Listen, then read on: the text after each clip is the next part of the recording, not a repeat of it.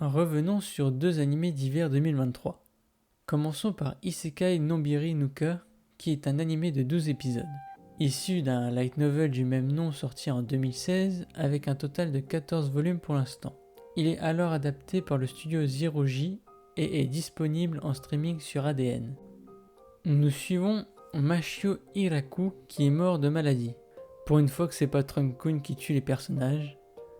Mais alors qu'il est mort, un dieu lui octroie le droit de se réincarner dans un nouveau monde et plusieurs vœux. Le dieu lui donne alors un corps qui ne tombe pas malade, un endroit paisible et une vie de fermier. De plus, il lui donne un objet divin pour l'agriculture. Il commence sa nouvelle vie dans ce nouveau monde, mais il ne connaît rien, et il ne voit aucune civilisation. Il décide alors de construire une petite base pour survivre tout seul dans cette forêt. Grâce à sa motivation et son objet divin bien sûr, qui est complètement cheaté car se transforme en n'importe quel outil ou hache, même pelle, il creuse un puits, il construit une cabane et laboure le sol. Tout cela sans s'épuiser grâce à son outil divin. Après avoir un minimum de quoi survivre et avoir agrandi son havre de paix, des créatures sont attirées. Alors quand je veux dire créatures, c'est des loups, des araignées, des lapins, des gros sangliers. Mais que ce soit loup ou semi-humain, il décide alors de vivre avec Hiraku dans son petit territoire. Alors qu'il ne connaît rien de ce monde, il apprend qu'il est sur le territoire du roi démon et que la forêt où il habite est la forêt de la mort, infestée de monstres puissants. Comment va-t-il faire pour survivre dans cet endroit qui est très isolé et à la fois très dangereux? L'histoire est très simple, entraînante, drôle et permet de voir un animé chill. Cela est très bien car j'aime voir des personnages apprendre un nouveau monde avec nous et vivre une vie paisible. En plus, avec la visite de nouveaux personnages, le village s'agrandit de jour en jour et leurs besoins aussi. Tous les personnages auront un rôle dans le village de Hiraku. Le village va devenir le lieu de recueil pour plusieurs espèces comme les demi-elfes ou les loups, ce qui crée des scènes drôles avec les habitants du village. Ils vont aussi aider à la survie du village comme les récoltes ou les constructions. Même les relations entre les personnages et citoyens évoluent. Mais pour savoir comment, il faut regarder l'anime.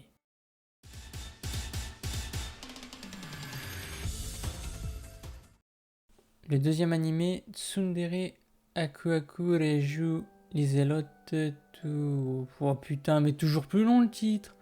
En vrai, ça donne ça. Bon, tu veux pas non plus mettre le premier chapitre en titre avec quelques petits dessins, juste pour être sûr, hein. Adapté du light novel du même nom sorti en 2019 avec 2 volumes et toujours en cours de parution. Le studio Tezuka Productions a réalisé l'anime avec un total de 12 épisodes disponibles sur ADN. L'histoire prend place dans un jeu vidéo où Lizelot est la méchante d'un otome game. Mais c'est un malentendu car elle n'arrive pas à être honnête et lorsqu'elle est embarrassée, elle explose de colère. En gros, c'est une tsundere.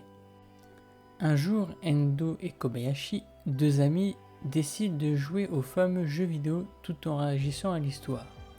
Mais d'un seul coup, Sigward, le fiancé de Lizelot, entend les voix de Endo et Kobayashi. Ainsi débute cette histoire étrange où les deux amis vont donner des conseils à Sigward pour qu'il puisse remarquer la vraie personnalité de Lizelot, mais aussi d'empêcher Lizelot de mourir, car dans chaque fin de jeu, elle meurt. Ils vont alors essayer de changer la fin de l'histoire pour que personne ne meure pour avoir un happy ending. Ayant une influence directe sur le jeu, ils pensent pouvoir aider tout le monde. Mais est-ce vraiment le cas? Vont-ils pouvoir montrer le côté tsundere de Lizelot à Sigward et de la sauver d'une mort certaine? Pour ceux qui aiment les romances, cet anime est fait pour vous, avec une double romance que ce soit dans le jeu et la vie réelle.